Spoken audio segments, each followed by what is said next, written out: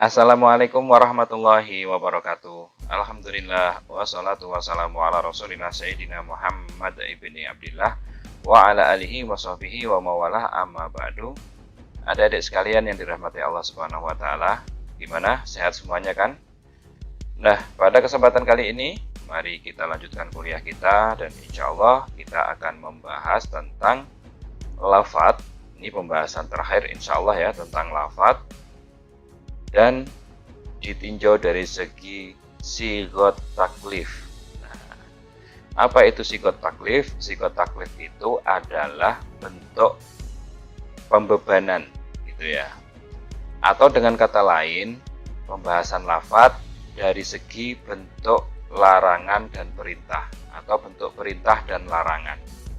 Nah, makanya di sini disebut amr dan nahi, yaitu perintah dan larangan. Nah, insya Allah kita akan bahas ke depan tentang lafadz, pembahasan lafadz ini, dan mari simak videonya sampai habis agar kita tidak gagal paham.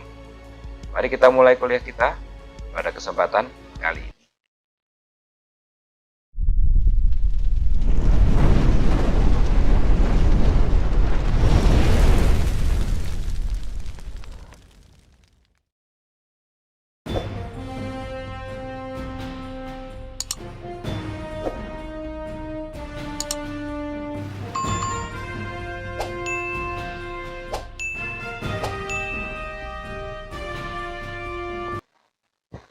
Nah, pembahasan pertama kita akan membahas tentang amr ya. Dalam usul fikih, amr artinya perintah. Amaro ya'muru ya. Jadi kata-kata amaro ya'muru yang artinya perintah, yaitu tuntutan yang mengandung beban hukum untuk dikerjakan baik aktif atau pasif. Atau juga berarti ucapan yang menghendaki adanya kepatuhan terhadap yang diperintahkan dari orang yang diperintah. Jika kita bahas tentang usul fikih dalam berbahasa Arab, itu biasa kalau amr itu disebut tolabul fi'li minal a'la ilal adna. Nah, itu artinya sama dengan perintah, yaitu istilahnya dia itu memerintah dari yang berderajat tinggi kepada yang lebih rendah. Nah, kalau amr dalam usul fikih ini pasti mengandung beban hukum ya. Dia pasti mengandung beban hukum. Nggak ada beban hukumnya itu. Nah, istilahnya Allah itu merintah kita dan melarang kita apa? Berarti di situ ada beban hukumnya. Amr mengandung 3 unsur, yaitu yang menyuruh, yang disuruh, dan ucapan yang digunakan. Demikian juga nahi. Nahi itu adalah larangan, yang mana dia juga ada 3 unsur, yang dilarang apa, ya kan, yang melarang siapa, dan ucapan yang digunakan apa.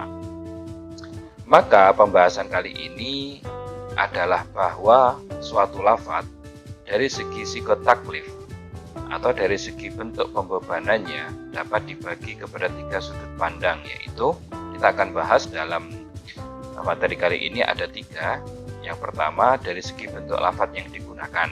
Nah, bentuk-bentuk amr, bentuk-bentuk perintah dan larangan itu apa saja sih? Gitu ya.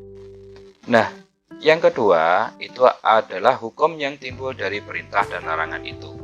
Nah, yang namanya perintah ataupun larangan pasti ada hukum di balik itu. Karena tadi definisi dari amr dan amr atau perintah itu adalah tuntutan yang mengandung beban hukum.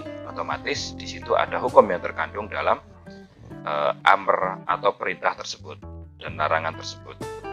Yang ketiga ada kaidah yang berhubungan dengannya. Kaidah-kaidah apa saja yang berhubungan dengan perintah dan larangan.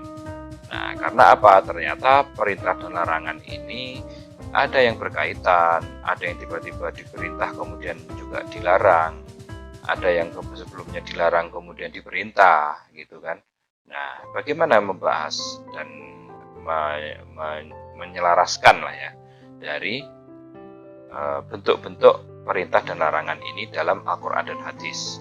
Nah, insya Allah kita bahas ke depan. Lalu kemudian selanjutnya bentuk lafadz yang menunjukkan amr. Nah, yang pertama itu adalah menggunakan sigot atau bentuk amr itu sendiri. Contoh surat An-Nisa ayat 58 yang berbunyi, Innallaha ya'murukum an tu'addul amanati ila ahliha.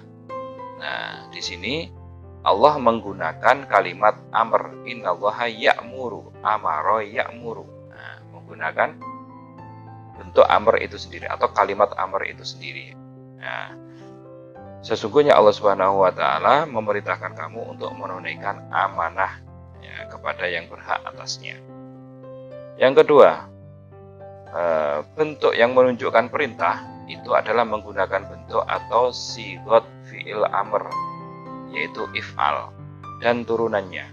Contoh surat Al-Baqarah ayat 110 yang berbunyi wa aqimus sholata wa atuz zakah, dan dirikanlah sholat, kemudian juga tunaikanlah atau bayarkanlah zakat.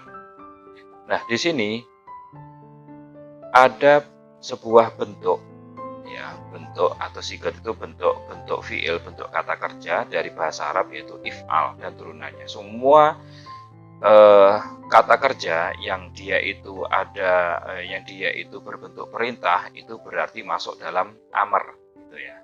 Ini tadi contohnya wa aqimus shalah wa atuz zakah. Wa atu. Nah, itu kan, dan tunaikanlah atau bayarkanlah zakat. Nah, maka ini tersebut ini masuk dalam bentuk perintah gitu ya. Nah, jadi masuk dalam bentuk perintah. Kalau yang pertama tadi pakai kalimat ya, pakai kata atau kalimat amaro ya'muru yang berarti juga memerintah. Nah, sesungguhnya Allah memerintahkan kepada kalian begini dan begini. Nah, ini juga menggunakan kalimat perintah tapi bukan kalimat amr, bukan kata amr. Nah, menggunakan apa? Bentuk sigot if'al tadi.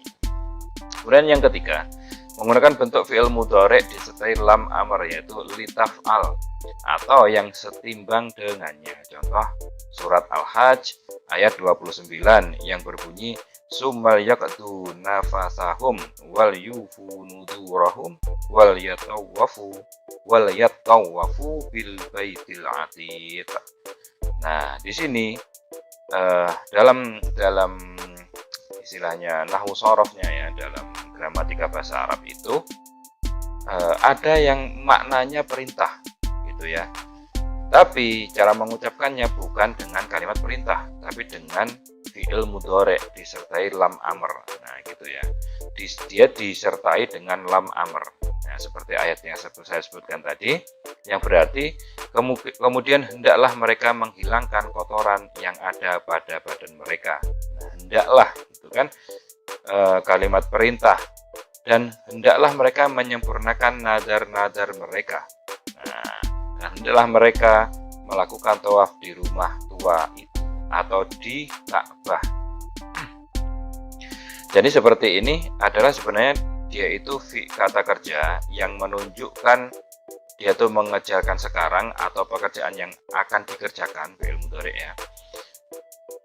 Tapi dia disertai lam amr, disertai tanda yaitu huruf lam yang artinya adalah perintah, yaitu yang tadi diterjemahkan adalah hendaklah gitu. Itu berarti bentuk perintah gitu ya. Kemudian yang keempat, menggunakan lafadz kutiba. Nah, yang berarti diwajibkan. Kutiba alaikumus syiyamu kama kutiba alal ladzina min qablikum la'allakum tattaqun. Nah, surat Al-Baqarah ayat 183. Kutiba di sini artinya diperintahkan. Nah, gitu ya. Ya, maaf, diwajibkan. Berarti diwajibkan itu diperintah. Kemudian yang kelima, menggunakan sigot khobariyah atau kalimat berita yang tetapi mengandung makna insya'iyah atau kalimat perintah. Contoh surat Al-Baqarah ayat 228. Di situ Allah Subhanahu wa taala berfirman, wal mutallaqatu yatarabasna bi anfusihinna salasata quru. Wanita-wanita yang ditalak hendaklah menahan diri atau menunggu 3 kali quru. Nah, di sini bentuk ayatnya, bentuk ayat atau hadisnya itu khobariyah. Nah, bentuknya khobariyah, yaitu kalimat berita. Tapi di sini mengandung kalimat insya'iyah, gitu ya, makna insya'iyah, yaitu hendak ya terobos nabi angkusihina salah satu guru hendaklah dia menunggu. Nah, itu berarti kalimat perintah, diperintahkan untuk menunggu. Kemudian selanjutnya dalam bentuk yang keenam, dalam bentuk memuji pelakunya.